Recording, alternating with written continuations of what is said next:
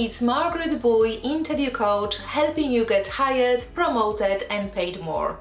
Over the last 13 years, I've helped hundreds of job seekers worldwide to get the jobs and promotions they wanted. I put up brand new videos on my YouTube channel a few times per month, so if you're new here, consider subscribing. Today I wanted to talk about how to network at social events without being creepy about it. Picture this. You're at a friend's birthday party and chatting with someone new. You discover that they are in a senior level position at your dream company. You know it's kind of obnoxious to immediately start selling them on your qualifications and career history, but you also really want to connect with them professionally. What should you do?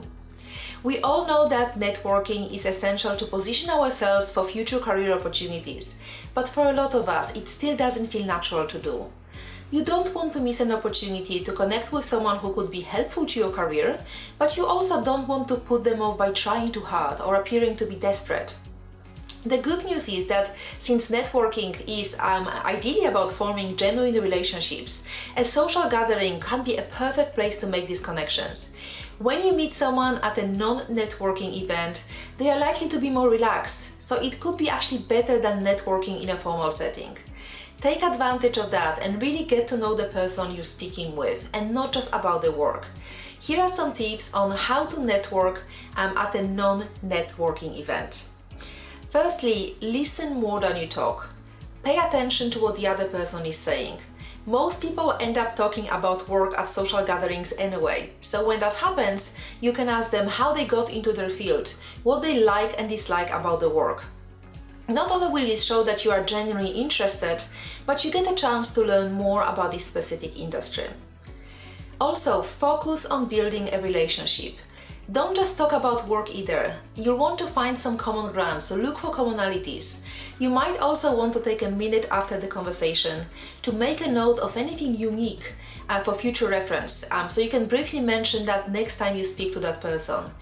Remembering small details can really help you in making a good impression. Quality over quantity. It's much better to have in-depth conversations with one or two people rather than having 10 superficial exchanges. And also think about what you can offer. Don't ask for any big favors from a new person right away. It's really quite off-putting. Instead of thinking of how can this person help you, think about how you can be a resource as well. It doesn't have to be anything major.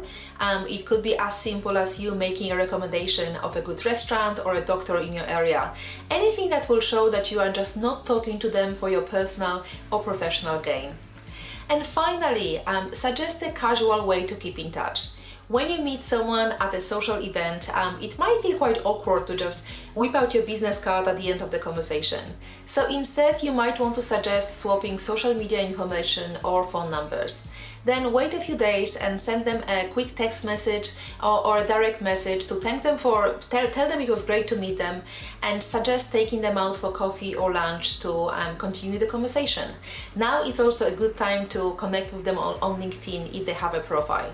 Once you build a relationship, eventually you will feel more comfortable asking them to take a look at your website or a portfolio, or asking them to introduce you to the professional contacts.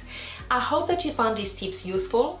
If you remember these points for your next social gathering, not only will you set yourself up for some promising opportunities, but you might make a new friend or a mentor as well.